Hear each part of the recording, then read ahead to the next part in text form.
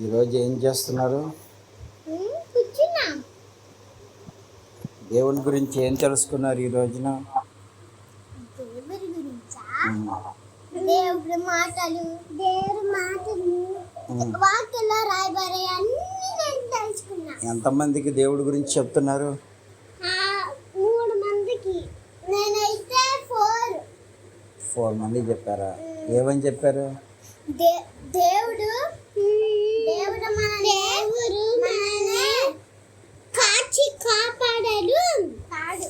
దేవుడు మనల్ని ఆయన పిల్లలు ఆయన అన్నారు ఓ రోజున ఇది అబద్ధాలు చెప్పకూడదు అని చెప్పాను. అబద్ధాలు ఏ దేవుడు అన్నారు. అప్పుడు పరమాది దేవుడు ఇక్కడ ఉన్న దేవుళ్ళన్నీ సైతాను విగ్రహాలు పెట్టిన ఆహారాలు తినకూడదు తప్పు. దావీదు గురించి కూడా లేఖలో రాయబడింది అని చెప్పారు. అప్పుడు వాళ్ళు అన్నారు దావీదా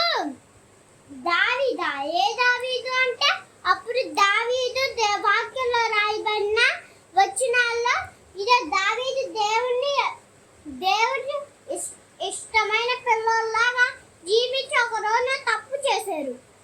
అప్పుడు అక్కడి నుంచి ఒప్పుకుని దేవుల్లో బహుగా బలపడి గొలియాతుని చాలా చాలా పెద్ద గొలియాతు అతన్నే దేవుడు అతను అన్నారు ఇదే ఒరే చిన్న పిల్లోడా నువ్వే చేయగలరు అందరూ ఎక్కిచ్చారు.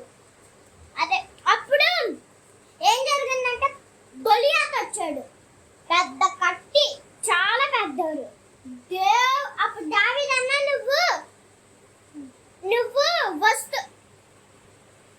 బల్లాలు పెట్టి వస్తున్నా, నేను యెహోవా నామం పెట్టి వస్తున్నానని ఒక్క రాయితో గిర్రని కొట్టి ఇక్కడ కొట్టాడు. అప్పుడు తల పగిలిపోయింది. అప్పుడు చెప్పగా అని అప్పుడు వాళ్ళు 4 మంది చెప్పేశారు. అలా 4 మంది చెప్పారు. వాళ్ళు ఏమన్నారు? అలా నిజంగానేనా నువ్వు అబద్ధం చెప్తున్నా నిజం చెప్తున్నావు అన్నాడు. అప్పుడు నువ్వేం చెప్పావు? అప్పుడా నేను నిజమే చెప్తున్నాను.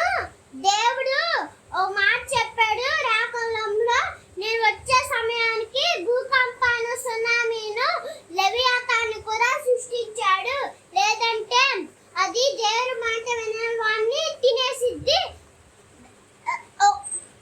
కానీ నీకు మాట చెప్పాలి.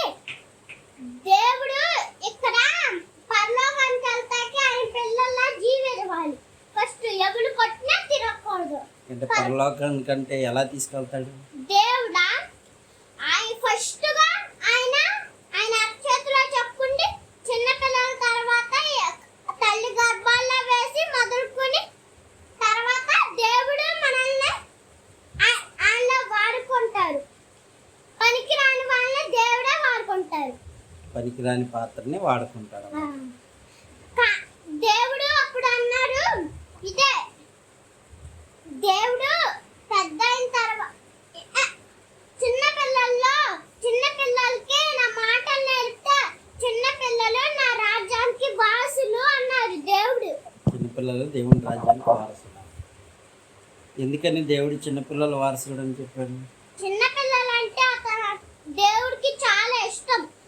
ఆయన చెప్పిన మాట ప్రకారం జీవిస్తారు చిన్నపిల్లలు. అప్పుడు పెద్ద వయసులో జీవించలేకపోతున్నాడా?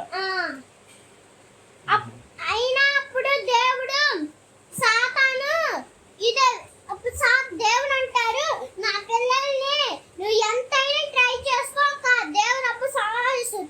అప్పుడు మనం సవాల్ వేసారు కానీ మనం దేవుని ఇదే సాతాన్ని ఓరించి దేవుని గెలిపియాలి. దేవుని గెలిపియాలంటే మనం ఏం చేయాలి? మనమా ఎవరైనా కొట్టారనుకో చెంప మీద అప్పుడు ఇంకో చెంప చూపించాలి. ఇలా కొడుతుంటే ఊళ్ళో ఉమ్మేసుకుంటే తుడుచుకోవాలి. ఇలా కొట్టకూడదు. దేవుడు సిరువులో ఇలా అని ఉమ్మేసారు. అయినా ఇలా పిరుగు బట్టి గుద్దారు. అయినా ఏం చేయాల సిరువు కోరేసారు మన కోసం. అంటే యేసయ్యలాగా మనం జీవించాలి అంటాం. ఆ, ప్రైజ్ తల్లి. ఉమ్. మరి నీవేం చెప్పావు నీ స్నేహితులకి? ఆ, నేను 5 మందికి 5గురికి చెప్పావా? ఏమని చెప్పావు యేసయ్య గురించి? యేసయ్య గురించా? ఎవరు కొట్టినా తిట్టినా ఉమ్, ఏం చేయకూడదు. ఉమ్. ఆ, ఎవరు గిల్లినా ఎవరు కొనికినా ఏం చేయకూడదు. ఆ, మరి మీ అన్నయ్యని కొడుతున్నావా? చెప్పు, మీ అన్నయ్యని కొడుతున్నావా? మీ చెల్లిని నువ్వు కొడుతున్నావా? ఉమ్, మా చెల్లినా సాతాన్ నాలో ఎంటర్ అయిపోతున్నాడు పద్దాక. మరి ఆగాలి కదా, దేవుడిని ఒప్పుకోడు కదా. అవును, ఇక నుంచి కొడతావా? కట్టాలి ఇక్కడి నుంచి. ఈరోజు చాలామంది వింటున్నారు మీ మాటలు, దేవుడు కూడా వింటున్నాడు. కొట్టుకునే మనస్తత్వం నీలో ఉంటే నుంచి కట్టుకోను. ఇక నుంచి తిట్టుకోరా. కట్టుకోను. ఎవరు కొట్టినా ఇంకో చెంప చూపిస్తా అంతే. ఎవరు కొట్టినా ఇంకో చెంప చూపిస్తా. ఉమ్. తల్లిదండ్రులు ప్రేమిస్తున్నారా? ప్రే- ఆ, తల్లిదండ్రుల మాట వినకుండా ఇసికిస్తున్నారు. తండ్రి మాట వినకుండా విసిగిస్తున్నా. ఇక నుంచి మానేస్తా. ఖచ్చితంగా మానేస్తారా? ఇది దేవుడు చూస్తున్నాడు, Yes. మనుషులకు అది చూసేది. ఉమ్. సాతాను మాటలకు లోబడుతున్నారా, దేవుని మాటలకు లోబడుతున్నారా? సాతాను మాటకు లోబడుతున్నా. ఇక నుంచి దేవుని మాటనే లోబడతా. ఎలాగొట్ట దేవుని మాటనే లోబడతా. ఉమ్. ఎలాగొట్ట దేవుని మాటనే లోబడతా. సాతానుకు లోబడుతున్నారా? సాతానుకు లోబడుతున్నాం. ఇక నుంచి లోబడకుండా ఉంటాం. నేను కాదు, అస్సలు ఎవరు కొట్టినా ఇంకో చెంప చూపిస్తా. అలా జీవించాలని ఆశపడుతున్నారా, లేదా పై పై మాట్లాడారు? అలా జీవించాలని ఆశపడుతున్నాం. ఆశపడే మనసుని దేవుడు తృప్తిపరుస్తాడు. మరి ఇంకేంటి దేవుడి విషయాలు ఇంకేం చెప్పగలుగుతున్నారు? మేమా మా డాడీ క్వశ్చన్స్ చేస్తారు కొన్నిసార్లు. ఉమ్.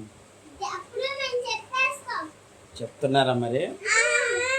మా నాన్న వాక్యము అడుగుతారు చర్చి నుంచి వచ్చిన తర్వాత మేము చెప్తున్నా. అప్పుడు మా చెల్లె చెప్పుతుందా, నేను చెప్పేస్తున్నా. ఉమ్. సరే, మీ చెల్లి కూడా చెప్పాలంటే నువ్వు కూడా ప్రయత్నం చేయాలి, చెల్లికి నేర్పించాలి. ఓకే. అది దేవుని పిల్లలు అన్నవారు అల్లరికి కర్త అయిన దేవుణ్ణి, అల్లరికి కర్త కాని దేవుణ్ణి ఆరాధించకూడదు. సైతాను పిల్లలకి అస్సలు లోబడకూడదు. మేము ఇప్పుడు నాయనమ్మ ఇంటికి వెళ్తే అక్కడ ఎవరైనా వచ్చి ఊరేసినా మనము దేవుడు సిరులో ఒక మాట చెప్పాడు. సరే, యేసయ్య గురించి నీ చెప్తున్నారు కదా, యేసయ్య మార్గంలో నడిచే వాళ్ళు నీకు ఎవరైనా కనపడ్డారా? కనపడింది. అలాగ మంచిగా జీవించిన వాళ్ళు ఎవరైనా కనపడ్డారా నీకు? కనిపించాడు. యేసయ్య మార్గం గురించి చెప్తున్నారా? యేసయ్య మీరు ఏమైనా ఊర్లో వెళ్ళినప్పుడు దేవుని గురించి ఎవరికైనా చెప్పారా? చెప్పలా. ఎందుకు చెప్పలేకపోతున్నారు? మేము అలా జీవించాలని అనుకుంటున్నాం కానీ సాతాను ఎంటర్ అయిపోతున్నాం. సాతాను లోబడకూడదు కదా, మరి దేవుడు ఒప్పుకోడు కదా. అవును, సాతాను నాలోకి వచ్చేసి అంత పాపం తెప్పించాడు. మరి లోబడకూడదుగా, ఎందుకు లోబడుతున్నారు? ఇక్కడ నుంచి లోబడ. లోబడరు కదా. ఖచ్చితంగా. అయితే ఈ రోజున దేవుని మాటలు ఏం నేర్చుకున్నారు? తల్లిదండ్రులని ఎదిరించకూడదు. ఇంకా ఎవరైనా రక్తం వచ్చినట్టు కొడితే ఏమనకూడదు. దేవుడు సిలువలో ఒక మాట చెప్పారు, తండ్రి వీరు ఏం చేస్తున్నారు, వీళ్ళు వెరుగులు క్షమించండి అని చెప్పారు. మరి క్షమిస్తున్నావా? ఎంతమందిని క్షమించావు? ఎంతమందిని క్షమించావు?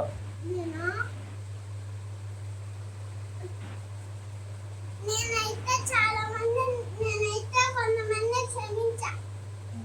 ఎవరైనా ఇదే కొట్టారు ఒక రోజు నన్ను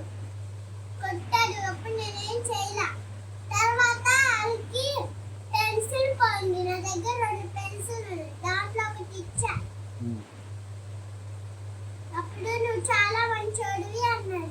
ఉమ్, అప్పుడు థ్యాంక్స్ అని చెప్పా.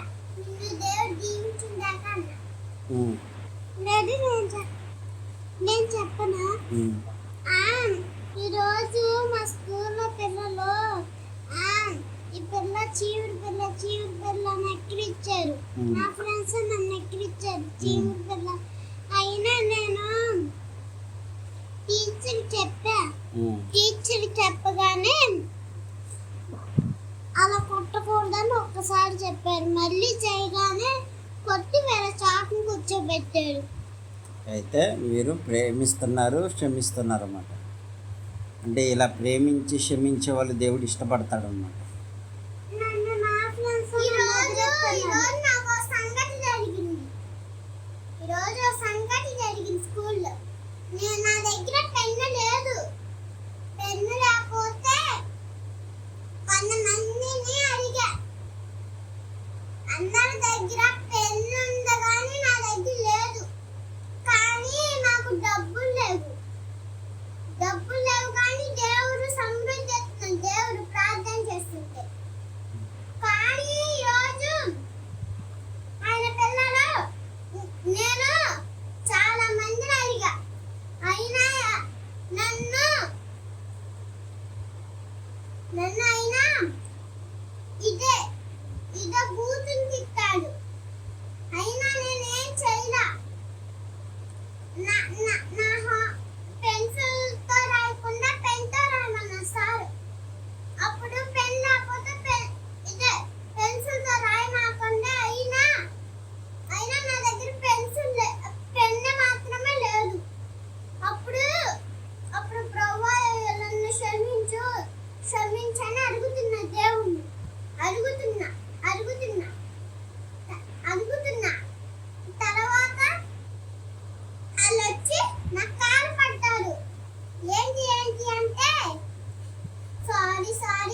సారీ అంటున్నారు. ఎందుకు సారీ అని చెప్పారు. అంటే నువ్వు దేవుని యందు మొరపెట్టగా దేవుడు నీ ప్రార్థన ఆలకించాడు. మంచిది, అద్భుతం. మరి మన దేవునికి మొరపెడుతున్నావా లేకపోతే ఊరికే పైన ఆరాధన చేస్తున్నావా? మనం నిజంగా మొదలుపెడుతున్నాం.